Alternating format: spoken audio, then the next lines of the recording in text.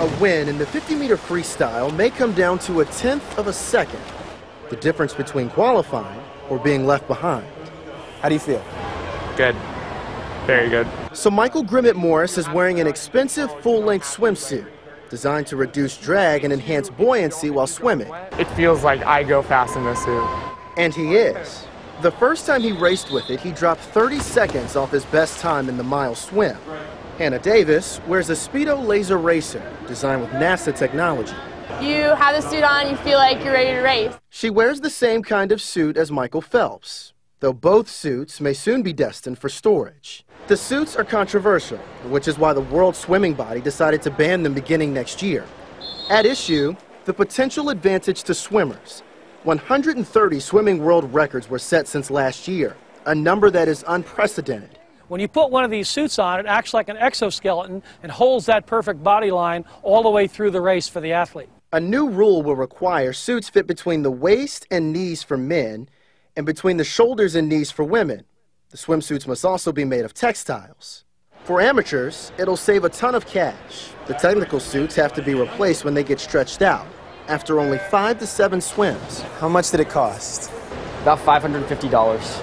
Steep, huh? Yeah. Like all my lifeguarding money for this suit. And most coaches are thrilled by the changes. Some have called the suits technological doping and say any world record set with one needs an asterisk. So we wind up with actually less fit athletes sometimes having an advantage over the very fit athlete. Swimmers don't agree. It's you swimming, the suit's not swimming for you, so, I mean, it's all you, really. But the new rule hopes to ensure that success in the pool is determined entirely by training and technique and not by money and merchandise. Terrell Brown, CBS News, College Park, Maryland.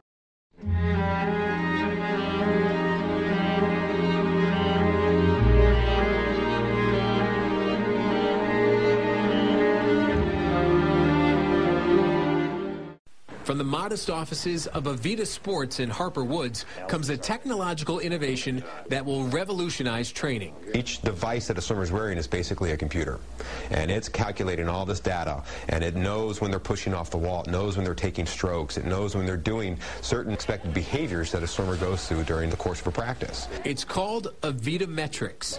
Swimmers place a sensor on each wrist and another under their swim cap. The whole concept of athletic telemetry is that you get instant feedback on your performance, and that feedback is shared between you and a coach. The sensors track stroke count, speed, acceleration rate, and much more.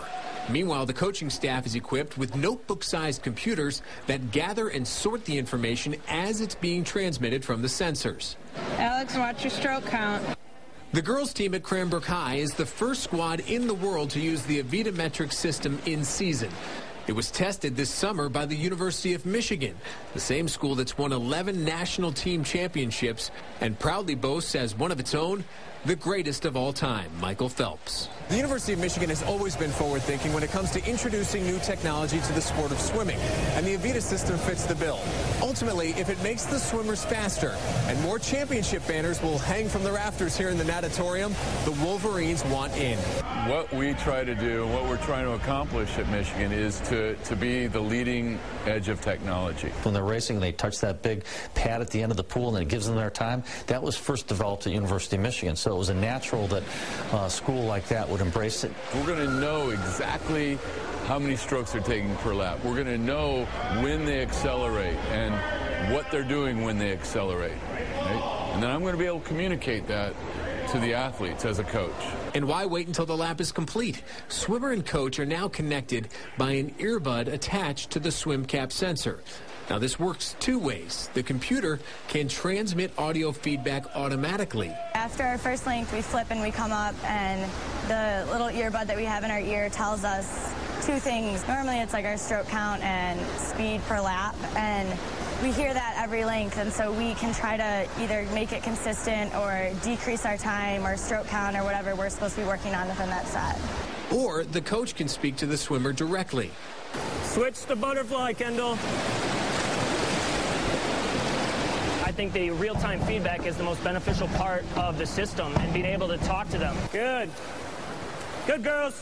There's nothing out there like that. But in a sport famous for minimization, shaving, tapering, always figuring out ways to cut time, aren't these sensors cumbersome? I believe they only weigh about an ounce, so it's like wearing a watch. A watch that will transform the way athletes train around the world. Tom Lydon, Channel 7 Action News.